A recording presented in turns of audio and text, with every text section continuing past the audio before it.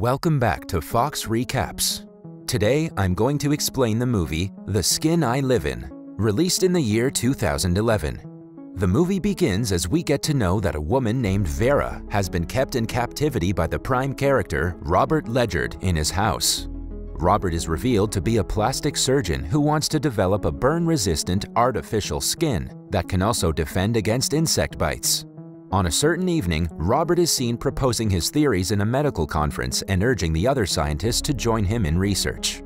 After the meeting, Robert returns home and analyzes the animal blood sample that he collected from a hospital on his way. Shortly after, Robert goes to his room and observes Vera on a screen next to his bed.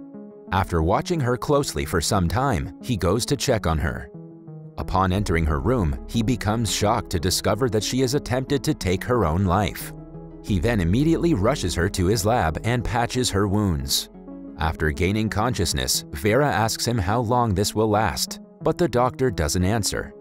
This implies that Robert has been holding her captive for years in order to experiment on her. Robert lives in an isolated villa with his housemaid Marilia and a few servants. It is shown that Marilia is aware of Robert's research and Vera's captivity. In fact, Marilia has been looking after the mansion for a long time.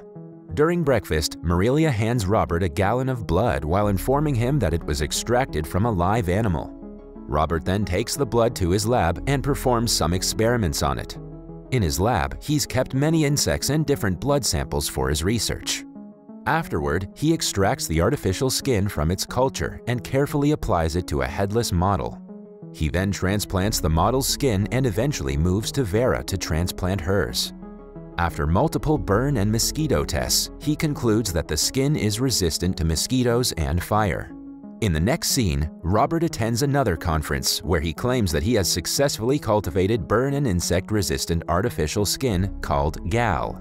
He also says that his invention will aid in the complete eradication of malaria. He further adds that the experiment worked on a lab mouse and promises everyone that it will work on humans as well. After his presentation, the chief scientist questions Robert about the name GAL and his methodology to produce the skin, to which Robert replies that it's his late wife's name who was severely burned. Robert also tells the scientist that he combined genes of pig cells to human cells to make the skin harder and more resistant to mosquitoes, although the practice is illegal. Hearing Robert's words, the chief scientist immediately orders him to stop his research and threatens to report him to the board if he doesn't comply. Later that night, Robert returns home and walks over to the monitor to watch Vera. He then walks into her room and informs her that he's completed experimenting on her. Knowing that there's no further work, Vera inquires Robert about her future, but the doctor remains silent. She then offers to marry him and live together, which makes him afraid, and he exits the room immediately. Later, Marilia advises Robert to get rid of Vera soon because she thinks Vera's resemblance to his late wife may create complications in the future. However, Robert tells her that he's not in a hurry and instead requests her to fire all the existing servants to hide Vera for longer. The next day, while the servants leave, a man in a tiger getup arrives at the gate. He reveals to Marilia that he is her son, Zeka, whom she hasn't seen in 10 years. Getting emotional, she allows him in and offers him some food. However, while Zeka is having a meal, news of a bank heist flashes on the television. From the news, Marilia finds out that Zeka is one of the escaped robbers. When Marilia confronts him about it, he readily accepts it and instead blames his colleague for not turning off the CCTV camera. After that, he convinces Marilia to let him stay for a few days. Just then, Zeka sees Vera on the surveillance camera and is surprised by her beauty. He asks his mother where Vera is, but she refuses to say anything. After his mother denies revealing Vera's location, he binds her to a chair and starts searching for Vera. He eventually locates her room and starts forcing himself on her. However, in the process, Zeka says that he's surprised to see her alive. Turns out that Vera looks exactly like Robert's deceased wife, Gal. Right at that moment, Robert arrives at the mansion and discovers Marilia tied to a chair and Zeka and Vera on the nearby screen. Enraged, he rushes to the room, shoots Zeka, and takes Vera in his arms. Sometime later, while Marilia cleans the blood-stained bed, she informs Vera that Zeka and Robert were brothers, although no one knew about the fact. She adds that Zeka was fathered by a co-worker, whereas Robert was born to Mr. Ledyard, under whom she previously worked. This means that she is Robert's biological mother, although he doesn't have any idea of it. Afterward, Vera asks Marilia why Zeka acted as if he knew her. Marilia replies that he mistook her for Robert's wife, Gal, who looked exactly like her. Marilia continues by saying that Robert and Zeka had completely different childhoods. Robert was raised in a privileged family and went on to become a doctor, whereas Zeka grew up as a criminal on the streets. She also informs Zeka that Robert and his wife Gal had a daughter named Norma, and the family was happy. However, everything changed one day when Zeka arrived at their house and Marilia allowed him to stay in the outbuilding. When Zeka met Gal, they fell in love right away. They ran away from the house in a car, but got into an accident midway. Zeka ran away from the burning vehicle, leaving Gal behind. By the time Robert discovered her, she was barely alive and her face was deformed. Robert took care of her day and night. He even removed all the mirrors from the house so she wouldn't be able to look at herself. As time passed by, she recovered well, but her face couldn't be restored. One day, Gal went to look at her daughter playing in the front yard from the window. However, she mistakenly saw her face in the window pane and completely shattered her hope for living. In no time, she jumped out from the window and ended her own life. Her body dropped in front of Norma, traumatizing her for life. Marilia then says that Norma also took her own life by jumping out of a window. Later that night, Vera and Robert make love. However, Vera claims that the man from earlier had really hurt her, so the doctor stops. The two cuddle up to each other and soon fall asleep.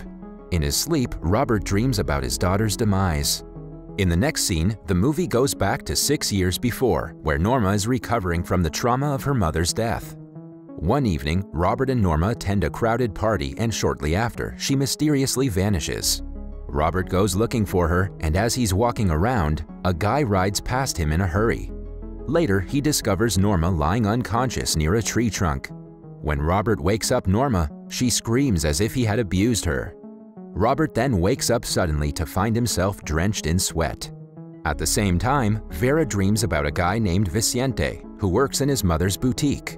Vicente has a crush on Cristina, who also works in the same store and is revealed to be a lesbian. Afterward, he also attends the same party that Robert had seen in his vision. Sometime later, Norma and Vicente appear to get along, and they go outside with Vicente's friends. After going inside the garden, they start making love. While they're at it, Norma begins to have an anxiety attack and screams. She bites his hands when he tries to stop her, so he hits her face, making her pass out.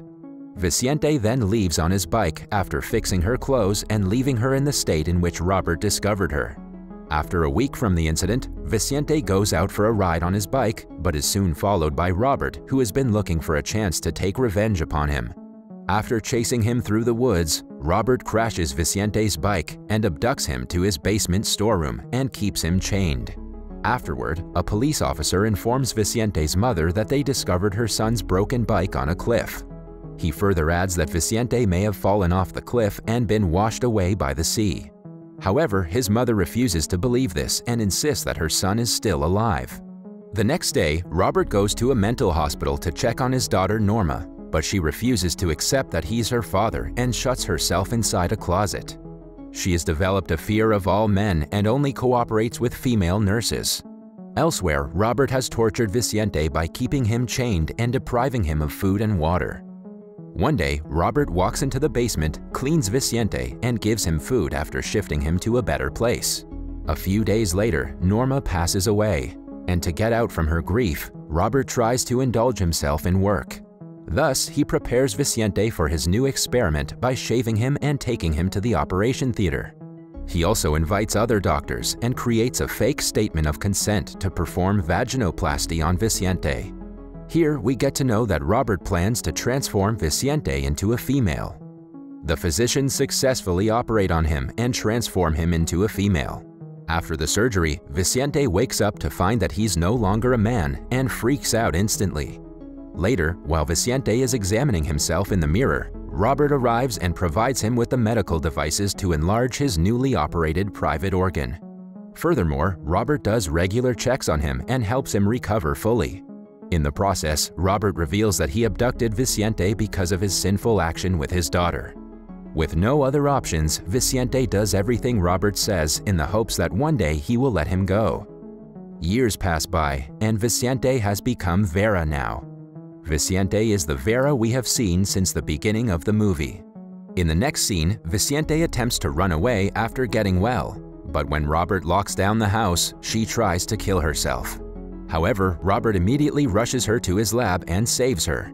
While stitching her wounds, he calls her Vera, saying it will be her new name from that moment on. He then locks her up in a special room, where Vera spends her time alone watching TV and practicing yoga. Understanding the need for a caretaker, Robert then invites Marilia, who had left working at the house 4 years before. When she arrives at the place, he tells her not to unlock the door and to call him if anything goes wrong. The movie brings us back to the present day, where Marilia is displeased with Vera roaming around the house. Robert even lets Vera join Marilia on a shopping trip afterward. Marilia warns Robert about the bad consequences of letting her free, but he doesn't take her words seriously. Later that day, a colleague of Robert comes to his home to show him a newspaper with Vicente's picture in it. He remembers doing vaginoplasty on him and accuses Robert of lying to him about Vicente's consent. Right at that moment, Vera arrives at the scene and defends Robert by saying that she gave her consent for the surgery because she desired to be a lady. The colleague then walks away, and Robert expresses his gratitude to Vera for keeping him safe. Later that night, while the two are making love in bed, Vera goes downstairs saying she has brought a lubricating cream. However, she seems to have other intentions as she takes a gun from a drawer and puts it inside her bag. Before going upstairs, she caresses the photo of her past when she used to be Vicente. After arriving in the room, Vera points the gun at Robert, who becomes stunned by her unpredicted action. She then confesses that she lied about falling in love with him and shoots him to death. Downstairs, Marilia hears the gunshot and rushes to their room, but she too suffers the same fate as Robert. The next day, Vera goes to her mother's boutique where she's attended by Christina. After walking around the shop, Vera reveals her detailed story to Christina, who bursts into tears after listening to her. Vera then proves to be Vicente in front of Christina by showing her address from 6 years before. The movie ends when Vera speaks to her mother saying that she is her son, Vicente. That was all from the video. I hope you liked it. Subscribe for more content like this and hit the like button to help us out. Also, leave a comment if you want us to recap your favorite movie. Until next time, take care.